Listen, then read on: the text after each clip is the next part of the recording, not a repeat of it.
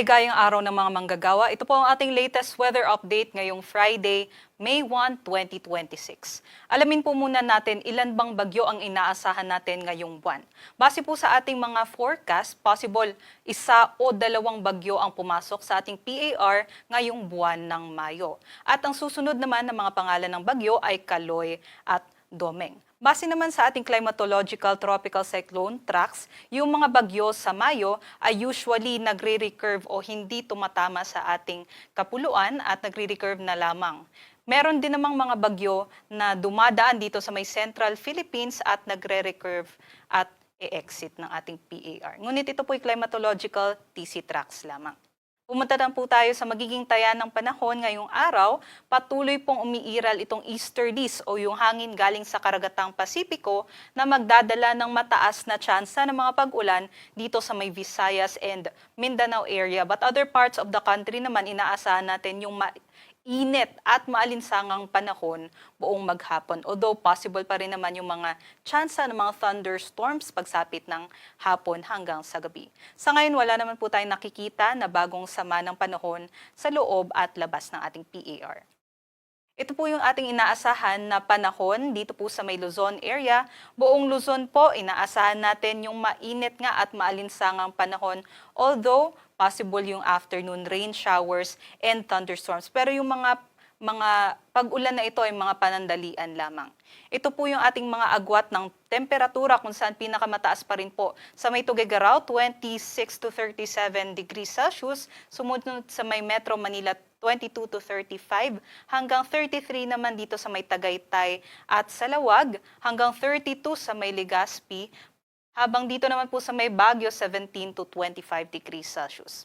Dumako po muna tayo dito sa may Palawan, Visayas at sa may Mindanao. Dulot nga po ng easterlies, ngayong araw magiging maulap dito po sa areas ng Zamboanga Peninsula, Basilan, sa may Northern Mindanao, Caraga, maging sa may Davao Oriental. So magdala po tayo ng mga payong dahil yung mga pag-ulan po na ito ay possible po light to moderate lamang at panandalian. Although yun nga po, in between dun sa mga pag-ulan na yun ay maaari po tayo makaranas ng mainit pa rin na panahon.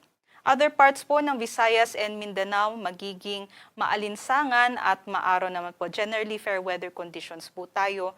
Ngunit yun nga po magiging mainit, so magdala po tayo ng tubig at mga payong panangga po sa init ng araw, maging tubig po para po iwas sa dehydration. Ito po yung ating mga agwat ng temperatura kung saan pinakamataas po sa may Davao, 26 to 35 degrees Celsius. Sumunod po sa may Zamboanga, 25 to 34, hanggang 33 naman sa may Kalayaan Islands, Iloilo, at hanggang 32 naman po dito sa may Puerto Princesa, Cagayan de Oro, at hanggang 31 degrees Celsius sa may Cebu at sa may Tacloban. Ito po yung mga air temperature pa lamang o yung temperatura ng hangin, iba pa po yung heat index na may factor po yan ng halumigmig o yung moisture sa hangin.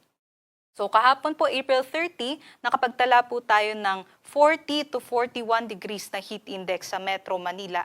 Habang yung pinakamataas natin, umabot po sa danger level 44 degrees Celsius sa may Iloilo City, Iloilo, maging dito sa may Dumangas, Iloilo. At ngayong araw naman po ang ating forecast, may 11 mga lugar po sa ating bansa ang makakaranas din ng danger level na heat index. Pinakamataas naman po sa may Dagupan City, Pangasinan 43 degrees Celsius, habang dito sa Metro Manila naman 40 degrees Celsius. So nasa extreme caution level pa rin po tayo dito sa Metro Manila. Kaya inaabisuhan nga po natin yung ating mga kababayan, magsuot po tayo ng light colored na mga damit at kung pwede po ay iwasan po natin magbabad sa init ng araw, lalong-lalo na in between 10 a.m. to 4 p.m. dahil yun po yung oras na napakainit po sa labas. At kung maaari din po ay yung mga extreme caution level na category po kasi maaari po itong magdulot ng mga heat exhaustion at heat cramps, and also possible din po yung heat stroke kung magbabad pa tayo sa init ng araw. So hanggang maaari nga po, especially sa ating mga senior citizens at dun sa mga merong mga comorbidities ay iwas-iwas na lamang po tayo na lumabas-lubas ngayong araw. Para naman po sa kalagayan ng ating karagatan, wala naman po tayong gale warning sa ngayon, kaya't malaya naman po makakapagdayag yung ating mga kababayan. Dito sa Metro Manila, ang araw po ay sisikat mamayang 5:34 a.m. at lulubog naman mamayang 6:13 p.m.